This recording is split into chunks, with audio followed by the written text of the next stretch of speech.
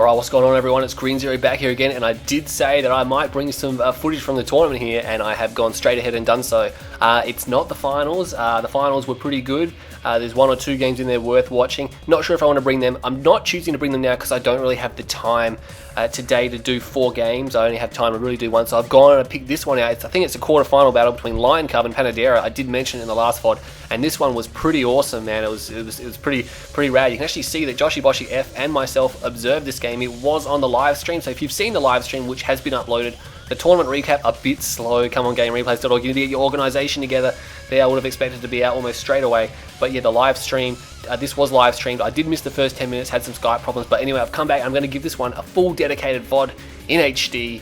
And yes, that's right. We have L1onCub and z.Panader0. Black hand mirror. L1onCub is obviously on the right hand side here. We're on tournament decision. And oh man, let's go straight and talk about that tournament. I mean, I did talk about it in the last VOD, but it was really good. You know, it was really good. We had more than 32 players rock up, and we actually included the extra ones by extending the brackets, which was really good. Very nice tournament there. The best of ones to the semi-final was a bit iffy. I think it was just it was cut down a little bit too quick. The tournament did go very fast. I think it was over in 4 hours or something like that, which is very quick for a tournament. Usually they go for 6 or 7, but the best of ones are just negating that effect there. And yeah, really. I mean, it was a very good tournament. There was a lot of cash prizes. I guess that's why we had a lot of people there. And I didn't honestly see Bonus Roo coming out on top there, so well done to Bonus Roo there. Anyway, we have L1onCub and Panader0 here. Let's focus on this game. Like I said, we did live stream this one, but I wasn't in the live stream for the first 10 minutes. I was alt-tabbing trying to get my Skype to update. I don't use Skype very often, so it was probably way out of date. But anyway, we got it working, and myself and F and Joshy did cast this one here. But anyway, I'd like to see what happens in the first 10 minutes because, like I said, I did miss it. It's a black hand mirror. Probably already said that too. Looks like L1onCub here. He's going to take the garrisons over here, probably pick away at this structure. Now, let's talk about the players. Panader0 have not really seen him at all since the Maverick International, and that was, whoa, how long ago was that? That was quite some time. I can't even remember. I think was it 2010, halfway through 2010? It may have been halfway through 2010. I'm just racking my brain trying to remember where that is. I probably should have checked, but yeah, I haven't seen him around since then. He was pretty active before then and leading up to that time there. I know he is a nod player. I'm not sure if he's a dedicated blackhand or just a nod player, but I have seen a decent amount of his replays before then, and he's pretty solid. He's pretty good. Probably can't quite crack that elite circle just yet, but he came back for this tournament, and we're more than willing to have old pros come back to the game here. So yeah, versus L1onCub. L1onCub's actually was pretty much on fire this tournament here, so Panader0's sure got his work cut out for him. He probably started as the favourite in this game, but really, like I said, he's probably not quite at the point where he can constantly mix it with perhaps an Eclipse or a Technique way up there. So Panader0's got a little bit of work to do. Hopefully he'll stay back with the Kane's Wrath scene. I mean, there's probably going to be another tournament, probably not until next year. I was perhaps even thinking about hosting one. Oh, there you go. There's a little bit of a spoiler. I was thinking about hosting one. No promises. Looks like Panader0 anyway has gone for 1 War Factory. And how many harvesters he's got 3 harvesters. That's not a lot, is it? Looks like L1onCub he's got 3 harvesters as well. Alright, so I don't know what I'm talking about. He's moved his Conyard. Obviously couldn't afford the War Factory and the Conyard build, so he just moved his Conyard over here just to get a little bit of the move time out of the way. That's a very good tactic that a lot of people have been using lately. I'm not sure who made that popular, but I pretty much got that idea from Gromage. He's like, well, if my Conyard, if I don't have enough money to build structures from my Conyard, I might as well start moving it to my expansion. So that's very good. You're killing 2 birds with 1 stone there. And it looks like it's going to be bikes and buggies. So this is not how the game ends up in the late game. Like I said, have seen this one. So I'm going to try to talk as if I'm not going to give away what happens if you haven't seen it. It has made it onto the popular replays tab. The replay pack, as far as I am aware, is... oh, what's it up? I know Vivo created the replay pack in the events. I'm not sure if he's added all the replays yet, but check that out. You go to the replays tab, go to the events section, and then pick out the tournament. It's called December, whatever it was, 17th or something. Was it 17th? Oh, I can't remember. $150 tournament. Looks like Panader0 is just going to go straight down the guts here. Let's start talking about this game. And L1onCub's having to pull back. He's like, oh no, they're going for my field. I have to pull back, stop attacking his spike. And they're going to come through now. And it looks like going to be the drafting of the towers. Probably one of the only nod factions, or one of the only factions that all can actually do that, because the Cabals are so tough. They just draft those shredder turrets and get the cheap Cabals there. So it looks like he fended that off without losing anything. He's at triple ref. 1, 2, 3, 4, 5, 6. 4, 5. He's at 6, so he could definitely get another one to make his ratio well. You can see he pulled that harvester back just briefly, but gets it to reharvest. He's calling all his scouts back. He may have used a Q move. And I have been mentioning this Q move quite a lot lately. If you don't know what it is, if the default for select all combat units on the map is Q, if you push that once, it selects every unit you have on the map except for harvesters and engineers. And it's not seen as a pro move. I only use it in situations where I have everything going into the enemy base attacking, or I just push it just to see where my units are rallied. You know, I'll be microing an attack, and I'll be like, all right, I need to get my orcas which have just finished building, and I push Q and double click them off the side and assign them a control group, so I don't have to go back to my base. So that's a pretty good idea. I use Q a reasonable amount, but not to move the units, just to see if my units have been built where they are and assign them to control groups. So it's a pretty good, you know, what do you call it? Layout for myself there. Now I don't even pay attention to that fight, but what happened? I think l1onCub, who came out on top. Panader0 was under attack, but he's pushed l1onCub back, and l1onCub is going into the Scorpion spam, and he's going for Dozer Blades as well. Does he have an extra harvest? 1, 2, 3, 4, 5, 6. He does have 7 and 3. That's the best ratio you can have on the field here. 7 and 3 for all those noobs out there are watching on Decision. 7 and 3 is the best one for your main field. If you're going triple ref, you don't have to go triple ref. If you go double ref, that leaves you open to be a little bit more aggressive before the enemy gets their triple ref, or else you can get your tech up and perhaps get some Firehawks, which I like doing. If I go double ref and I go for Firehawks, just keep them busy with some Pitbulls or something like that. Get the Firehawks into the base, start bombing them. They find themselves unable to tech because your Firehawks are just harassing their tech structures. And it looks like Panader is going to go around that l1onCub attack force, and he's going to go down around. But l1onCub does have a few units here. It's only a couple of infantry squads, and there's too many buggies there. He's got a few tanks, he's got a few units rallied over. All of his units are being recalled. Oh, I don't know about the Q move there. Still hanging on about the Q move. But anyway, doesn't look like Panader is really going to get much, does he? He kills some units, he loses probably a little bit too much there. He's just going to run straight through and keep going. He's got units sprawling across single file, probably not the best idea. They are Dozer Bladed Scorps though, and l1onCub does have Dozer Blades as well, getting some infantry to back himself up. He does have the militant upgrade, the Black Disciple upgrade. What's happening down there? He should win that with the Black Disciples. l1onCub has expanded safely. His Conyard did make it to the expansion. Panader has already got a refinery down here. That's big. I think l1onCub's force is a little bit stronger than Panadero's at the moment, and he's probably looking to push out. He really should push out. He's got a lot of units. I mean, this was a no epic tournament, so no one's going to be able to build their epic unit, but Blackhand don't tend to go for their tech very often. They usually go for their tech to get their charged particle beams, or their, their Redeemer. But since they can't get their Redeemer, they're probably looking at their text and like, alright, I can't really do much with that. I mean, Spectres are really good on this map, but it's going to have to become, a kind of stalemate down here. He needs to wall it in. Then his Spectres can take advantage of the range here. No one has any air because they're both Blackhand. That's going to be critical. If someone did get Spectres out, it would be pretty massive. Looks like l1onCub's going to come in single file. That's not good. His tanks are backing up behind one another, and there's a good line here for Panader. You can see l1onCub pulling all of his tanks back. A few of them getting killed there, but Panader definitely picked off some numbers there. That was very nice. What you do if you're recalling all your tanks, make sure you select the ones at the back and give them a forward move just for a second so they re-clump and they reverse move in a line. And something I figured out just recently, and look at that l1onCub casting a decoy army there. He should be alright now. All the tanks are firing. Panader is retreating. Always chase down your enemy when they're retreating unless they stop and form a line. It's all about positioning. It's all about the line formation.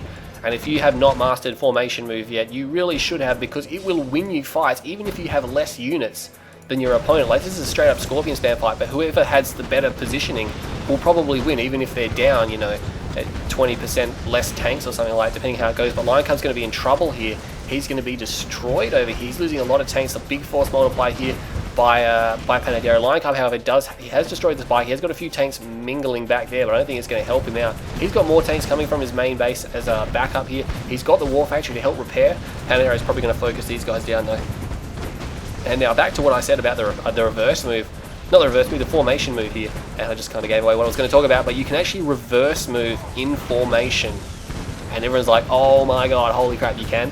Like, seriously, you can reverse move in formation. If you order them in a line formation, you can actually push reverse move and order a formation, the exact formation like way back here, and they'll actually reverse move while maintaining that formation. It's crazy good, and I used that against, I found that out against Beat Forward the other day when I was sitting some tanks on the edge of his tib field. He couldn't quite get the tib, but I couldn't quite break his defenses, so I was just sitting back there denying his harvesters, moving forward in a formation and reverse moving in a reverse formation, and you put them on hold ground stance as well, so they don't go walkabouts.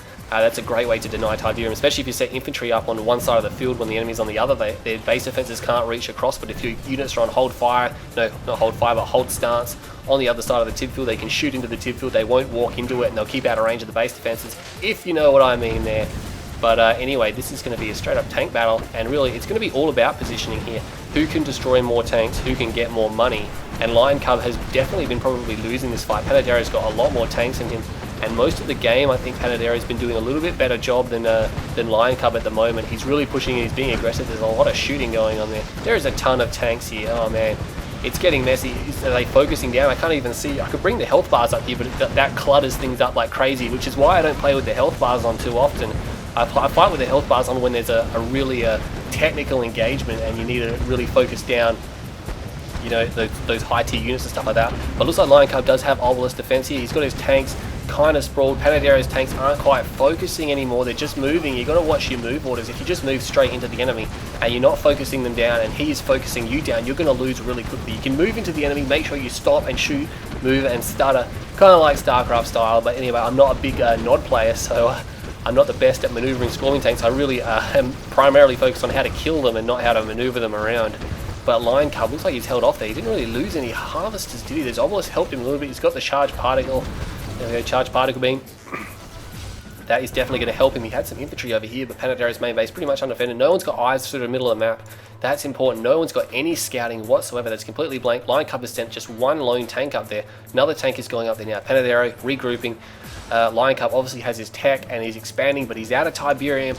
Obviously, I think he was forced to not expand then because he was just under siege. He couldn't really afford to expand. He needed to keep his build up. He needed to keep everything going. He does have a tech center, but what can he possibly use that for now? He's got his upgrade. He's definitely not going tip core. He's got nothing to utilize it. And l1onCub trying to push forward now. I don't think that's a good idea. He's definitely outnumbered, and there's a war factory in support here. He's going to need to form his units up there. No line formation coming from l1onCub. I really think that's something he needs to work on here. Both sides really. And again, going back to the formation move, it's in recent times, maybe the last 6 months, people have realized how powerful that is and how the positioning can really change things. Because when in straight up fights, people used to assume whoever's got more will win, but it's not like that. It's about positioning and it's about focusing down who can get the line up. And there you go. I thought he was going to form up then, but now I'm obsessed with formation move. And look at that MCV by Panader0 moving up. It's going to get up there before l1onCub's. The l1onCub's deployed actually. Oh, that's right. I'm remembering now. He did deploy a lot. He's deployed right there, and he's obviously got no range or nothing whatsoever. Panader0 is up here. What was that? That may have been a radar jamming missile that went off there. That's why it glitched a little bit. l1onCub has a few tanks here. Hasn't realized that MCV is there. Panader0 is moving everything up there now, but he's single filing up there. And another radar jamming missile going off there as well. I'm pretty sure that's why it stuttered. And here we go. What's going to happen up here? Looks like the whole fight's going to move up here now because really that's the only Tiberium left. They pretty much dried everything out. Only one of the spikes has been destroyed. l1onCub coming up here now. He needs to wait for reinforcements, and there's going to be a massive fight all of a sudden. And this just shows you how the tempo of the game changes. Wherever the Tiberium is in this stage of the game, people are just going to go all out for it. And you have to understand, you can't really afford to spend it on economy when there's a massive fight here. I think Panader0 is trying to get a rep up, but really he's under siege. His units got completely destroyed. Then all the tanks coming out of the city, while l1onCub had a complete coverage, getting all of his tanks to fire, while a lot of Panader0s were stuck behind the buildings, couldn't see, couldn't shoot. And l1onCub did destroy quite a lot there. That was very good. He's just chilling out over there. He hasn't got the MCV to move yet. He's going for a barracks, and that's going to help him out. Just having those extra infantry squads is going to force Panader0 to move and crush. But if he moves in, that means that l1onCub is going to be able to focus him down, and Panader0 won't be able to focus him down because he'll have to stop moving to do that. And that's going to be bad. And I think during the live stream we were talking about if one of the other players went nod, they'd get the laser capacitors and they could have won this fight so much easier. But of course, we were talking about that, and F said that the infantry are just too good for Black Hand. They wanted the infantry support as well. And of course, Cabals are pretty crazy there. There's actually 3 inside that structure there. That scorpion tank is actually going down reasonably quickly to 3. Obviously, not the best counter, but it is a soft counter. Panader0 moving all his forces up here. He's sold, and he's lost most of his base. Actually, he probably sold it off. l1onCub burning it down. He's got a few power plants. He's placed them in an arc just because that looks cool, I guess. But he's got problems. He's got economy, but his tanks, a lot of them are on fire. And l1onCub, his force is actually not in too good a condition either. There's a lot of orange tanks there, and he's pulling back now. So Looks like Panader0's... Oh, Lion Cub just lost a harvester there as well. Looks like Panader0 is pretty desperate to hold onto here. And I mean, if he holds this position, he can pretty much win because Lion Cub can't really get much Tiberium. He's only stuck in this dry field. And there's actually a little bit of tib there, a little bit of tib there, so he can work on that. He's probably going to want to go get that. Look at that, he's come around denying the harvesters, and a lot of these harvesters are actually full. They really need to get away from there right now. And more harvesters going there. Now reverse moving into the enemy. Panader0 is stuck behind his structures. That's not good. He needs to really pull back these damaged tanks. I know it's hard to do in a situation like this, but yeah, he really got smashed then. Lion Cub has a group of infantry here. There's actually quite a few rocket squads there. And they're actually coming in and picking off. They really should be picking off these tanks. A lot of these structures are pretty much wasted. He can't garrison any of those. He can garrison that one up there. That'd help him out, I guess, a little bit, depending on where the fight goes. And Lion Cub burning down structures here. He's got the Cabals on, not the Cabals, he's got the Black Decisives on the Cabals plus the upgrade. And he's going to be able to burn a few of those power plants down, which he's already done, but that Scorpion tank is just going to crush them. There's not enough there to destroy the Scorpion tank. And it looks like some Black Hand squads, two veteran Black Hand squads. Did he draft them from operation centers or what? I'm not sure what he did with those, but he's sending them across the map.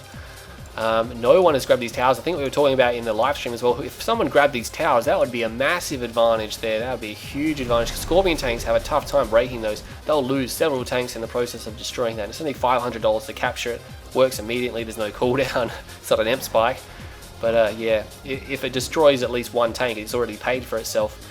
And yeah, with one tower, it should be able to drop a couple before it goes down. Especially if you've got the other tower there and the tanks come in. This one's going to fire from there, that one's going to fire from there. Target down the damaged ones, you're pretty much set. Now, Panader0 has done a very good job of repairing his tanks. He has been cycling them around the war factory by the looks of it and getting them all repaired. He has an elite one there, and a heroic one is going to make all the change in the world here. If he gets it to heroic there. What has Lion Cub got? Does he have any veterancy? Yes, he does. Here's an elite one as well. So there you go. Some of these Scorpion tanks just managing to stay alive long enough to get the veterancy there. It's pretty uncommon in a Scorp spam because so many tanks will be going down that they just won't have the time to get upgraded or to their veterancy. And look at that, he's going to take this spike. I think Panader0 should really have captured that spike because he has no spikes. Lion Cub did burn that one down. He could really be benefiting if he captured that as well. But it's going to be one spike to Lion Cub and no spikes to Panader0 now. And Lion Cub is going to move in here through the city. He's got to watch out. Panader0's got a great position over here. All his tanks are lined up. And Lion Cub is pulling back and he's going to lose all these tanks on the edge of his attack force. And that is not good. He's actually reverse moving back down and along here. The towers could have come in handy again. Lion Cub did have a barracks that he sold. I've got some flame units still chilling out there. He could get, he needs to get them into the enemy base and burn some structures down. But he's going to take out this war factory. And this is pretty amazing here. Panader0 is going to be forced down to defend that. But he loses the war factory, and now he's going to be on just one war factory, and he's going to lose build radius down there. That's it. Lion Cub's going to pull back. Looks like he's going to pull back to the choke. Now, what he could do here is select these tanks and order them forward a little bit so they group up. So just in case the enemy was going to chase him, because if the enemy chased him down, they'll be able to pick off all the edgy tanks. If you move those ones forward, I've been doing that a lot. If you understand what I just said, he can also clog this up. There's 3 structures here which he could put rockets in. That would make it almost impossible for the Scorpion tanks to move through there effectively. But it looks like Panader0 is going through the main base here, and he's quickly turning around, deciding, all right, I don't want to do that. And I want to get out of there. Yeah, straight out Scorp spam. I'm not sure how well it's going to go. He's actually he's actually sucked up every piece of Tiberium pretty much from this field, and he still hasn't got, you know, a considerable advantage. I mean, Lion Cub's got 3 bases, but he's just sucking up dead tib. I mean, he's got a little bit over here, so this is what's funding him there. He's been keeping harvesters on these fields over here. He's kept a harvester over there that has gone now. Looks like it's stealing tib from that dead spike there. But yeah, Lion Cub, he's done a very good job in this game at just maintaining the Tiberium fields, getting every little bit that's regrown and used it to his advantage. Those flame units now going in. They're not going to really do too much to those Scorpion tanks. No line formation here. This would have been a ripper game for the formation move, I tell you what. But it's not to be. Look at that, harvesters bugging out. Are they bugging out or are they docking? No, yes, they are docking. They are docking. They're just flipping out because they're all lining up. And it looks like the MCV is moving to the top there, obviously trying to hide it. I don't know. He must realize he's got to get some tib soon. There is a little bit of tib scattered about where harvesters have gone down. But really, what can you do? This amp spike as well, oh, that would have been amazing to use in this game. You guys, if you're watching this VOD, man, these structures have been here all game, and all it would have taken is one barracks. One barracks, he would have stopped Lion Cub from moving so effectively through these areas here. And that amp spike in a tank battle is just going to be amazingly good. It's just going to completely deny them. It's only a $500, you know, support power when you think about it. And the more times you use it, the cheaper it becomes. You know, you use it twice, it's only a $250 support power. You know, it's pretty good. It's basically the best balanced support power in the game, in my opinion. All you do, you click, you wait a few seconds, and then bang, it comes down. It's not instant, but you know, the few seconds just gives you time to perhaps scatter moves. You got aircraft because it does one-shot aircraft. Not going to be an issue in this game here. Looks like Panadero not quite sure what to do with this Conyard. He seems to have more tanks, but l1onCub, every time Panadero tries to move outside of this top plateau area, l1onCub moves back in. His tanks aren't really formed up here. Still going about the formation move. He's moving his Conyard over here. He wants this bit of tib. He needs every little bit of tib because he's dried these two fields again. He's just keeping them dry, and that's not going to be good. Panadero is stalled for cash. He's got a lot of harvesters. He could definitely... It looks like he's sending them out now to get the Tiberium over here. You really got to manually order your harvesters at this stage of the game. You got to think, all right, where's the Tiberium? I have to get the Tiberium. If l1onCub gets the Tiberium, which is what he's doing, and this is one of the main reasons why he has complete and utter map control. He's got control of the entire map except for the top plateau area. He can't really go up there at the moment. I'm sure he's going to try. Panadero just getting some repairs on those tanks there. Some of them are on fire. He should leave those red ones behind. l1onCub moving up here, but he doesn't have the force to really mess with this area here. The buildings are blocking some of those back tanks from shooting.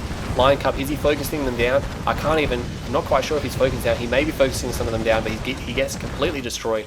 He's selling off his base now, and Panadero is turning around because l1onCub's coming in. l1onCub's like, alright, if you're going to destroy this base over here, I'm just going to move in, and that has distracted him. l1onCub has great positioning, all the tanks firing on those ones on the outside, because he's got a heroic Scorpion tank. Oh, that's right, it's coming back to me now. l1onCub has a heroic Scorpion tank. A few of those tanks, they're getting absolutely massacred, but that was great for l1onCub. Great positioning there. He did lose a little bit too many tanks at the end there, but he had good coverage at the start. Panadero was streaming single file through this gap, and l1onCub had all of his tanks lined up through here, and they're just like bang, bang, bang, bang, bang, bang, bang, and just destroyed everything there. But he has got a heroic one. Where is it? Let's bring up the health bars. That'll make it easier. There it is. He's got the heroic Scorpion tank, and that could make all the difference in the world. As you can see, he's working on a refinery now. He wants to get a refinery over here. Probably doesn't need one if he ordered all of his harvesters there. But you can see there's a harvester over here for Panadero. But unfortunately, there's no Tiberium that he may have ordered it over there. Now he's ordering it away. I can't imagine it's acting on its own. And you see the MCV over here. He's like, all right, there's no Tiberium there. Why would I even want to move there? I don't think he knows what to do because there isn't any Tiberium anywhere. I mean, there's Tiberium here. That's really all it is. I'm looking on the map and there just doesn't seem to be anything going. They're just keeping those fields so dry. And this is uncommon. Normally, one of the fields would have regrown significantly, but l1onCub hasn't allowed that to happen. Panadero could definitely benefit from the dead spike Tiberium over there. He could get that. He could clean up these tiny little fields. You can see he's cleaning them up now. He's getting pretty desperate for Tiberium. Is l1onCub moving in? He's got some infantry over here, some Cabals. He's got some Scorpion tanks down here. A lot of them are on fire. He might want to get some repairs to that. But the Scorpion armies have got considerably low now. They're very, very small now compared to what they were at the start of the game or in the mid-game. But l1onCub's selling up his base. I think he realizes he can't hold this area now. But as soon as Panadero moves out, I'm expecting l1onCub to move straight back in. There you go. And Panadero is going to go for it again. This is the problem. Panadero's done this so many times. l1onCub he doesn't quite have the best positioning over there. He could have lined his tanks a little bit better. It looks like he's trying to get the infantry up the front. That'll force Panadero to pour forward and crush them. And when they're on a move order, they won't be able to focus down the tanks, whereas l1onCub will just be able to queue up, use his waypoint move, which I hope he does, to just click and hold it down and click on the next closest tank and just go click, click, click, click, click, and get them all down there. Yes, I'm giving away a lot of secrets now about how I do my game plan, but oh man, Panadero now way out of position, and it looks like l1onCub is going to level most of this base here. He's got that heroic Scorpion tank, and it's just, oh, it shoots so fast. Look how fast it shoots, and it's causing a lot of damage. I mean, it would have been a lot more if it had a laser. Actually gets a blue laser, but unfortunately no nod teams here, and Panadero is stuck on the wrong side of his buildings, and he's probably going to lose that refinery. No, l1onCub's going to move away. He needs to keep these tanks moving a bit closer forward, and there we go. They're bunching up a little bit. Oh, Panadero's got 4 tanks way out there. They're probably going to be destroyed. And yes, they are destroyed there, but it's going to be close. Both sides are really wrecking each other. I don't think they can really afford to replace their losses. There's the heroic Scorpion tank. It's way out in front, and it's being left behind. These tanks need to come back, and this is what I was talking about, moving the other tanks forward, but he doesn't. He loses the heroic one, and that is game-changing there. Oh, look at that. Panadero just got a heroic one. He's got an elite one there as well. If he gets double heroic, he's going to be sitting pretty. He's got one there, so now all of a sudden Panadero has the experience on his units there. He's got 1, 2, 3, 4, 5, 6, 7 tanks there. l1onCub has 6, 7, 8, 9, 10, 11, 12. He's got a dozen over here, which is still not much, but it's more than what Panadero has, and Panadero can't really afford to rebuild. He's trying to repair his refinery. It will be destroyed. He should really stop wasting money repairing that. He can't ever hope to save that. And it goes down. It's just going to be Look at that Lion Cub's power over here. This is probably all his power. Yes, it is every single one of his power plants, and they're going to be destroyed. I don't think he cares too much about power anymore. I'm not sure how much that's going to slow his build down. He probably doesn't have enough money to really build any more Scorpion tanks there, because he has dried this field up here. And if he comes through and wins this game, it's going to be because he had 4 fields under his control. Even though they were all dry, he was just cleaning up every little bit of Tiberium that came at them, whereas Panadero was only on 1 base, and LionCub has still managed to destroy the whole thing with superior movement and positioning there. And looks like Panadero is going to move his forces way down here. There is still an elite one there. The heroic Scorpion tank is way out in front, and LionCub's base is under attack. Can he find the Conyard? He has located the Conyard. That's right, and he's going to win this game. That's his only structure. That is his last remaining structure, and his tanks are now dead, and Panadero goes down. So that was a pretty intense fight there. Way mass Scorpion tanks, and you don't really see that on Decision that late into the game. If they build a lot of Scorpion tanks, it's only in the mid game, perhaps a little bit more towards the late, depending on how it goes. But that was just crazy. I mean, obviously no epic units. They're just like, I'm just going to spam Scorpion tanks, so many of them. 24 minutes, 25 seconds. Let's go straight to the units tab. Now, they're both black hand. We're expecting a lot of units from both sides, but it looks like LionCub is up and down way more. One, because he built a lot of infantry, well, not a lot, but way more than what Panadero had. Panadero didn't even work his infantry at all, and he didn't even get his upgrades. That's why it's up and down a lot more for LionCub. He probably did lose a bit more of the major engagements. You can see from the 12-minute to the probably 15-minute mark, Panadero had some serious losses there. Some serious losses, one after the other. LionCub obviously taking a bit of a dip as well, but nowhere near as much as Panadero. That may be where he got pushed up onto the plateau and became trapped, and then LionCub just continued out maneuvering. You can see a lot of drops here from LionCub, but I think that was primarily bad tank positioning, and a lot of infantry went down as well there. So he did actually have more Scorpion tanks than Panadero at the end, but he didn't have the heroic ones, which what Panadero had at the end there. Structures, oh man, look at that. No one's got any base after really the 10-minute mark. You can see Panadero try to recover his base up here. A lot of base defenses being placed, and they're just getting completely destroyed. They count as more than one structure there, and of course at the end there he just had pretty much his Conyard moving around for the last 7 or 8 minutes, and just one ref and one power plant there, and LionCub trying to recover his base all over the place. But he was just selling off and moving around. He was pretty casual, not much of a base infrastructure at all by both players towards the end. That is a very interesting structures tab. And here we go, the money. It looks like LionCub, it was pretty much even until about the 8-minute mark. LionCub got a bit of a dip up there. He was under attack. Panadero did pull it back. I'm not sure why Panadero wasn't over the top of LionCub. I would have thought he would have been. Then Panadero's brought it back from the 14-minute mark to probably almost the 20-minute mark. They were dead even. And then obviously LionCub just pulling ahead because he had 4 fields under his control, and even though they were dry, they were just giving him the regrowing Tiberium just enough to keep him going and pushing him way over the top of Panadero there. So let's have a look at the total cost there. 161,491 to LionCub, 96, sorry, and 139,432 to Panadero. So that's what, 450. That's about $22,000 in favor of a LionCub. And for a 24-minute game, 24.5-minute game, that is a just significant margin for LionCub to have a way better economical game there, and it really showed when he moved around from field to field.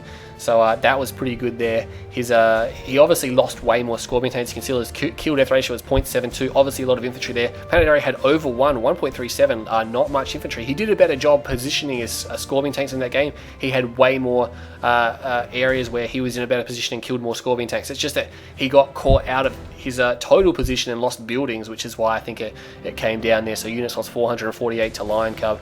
How many did Panadero kill? What did he kill? Units killed. He killed 446, so obviously killing a lot of infantry. LionCub killed 323. Infantry is going to make up a vast amount of that, even though they didn't build a lot. Units created. LionCub getting 279, obviously, for the infantry. Only 157 to Panadero. So he created 157 and he killed 446. He's looking pretty set there. Structures sold. LionCub actually sold a lot of his base, whereas Panadero lost a lot of it. Structures destroyed 17, so LionCub destroyed 22 and he sold 33 there.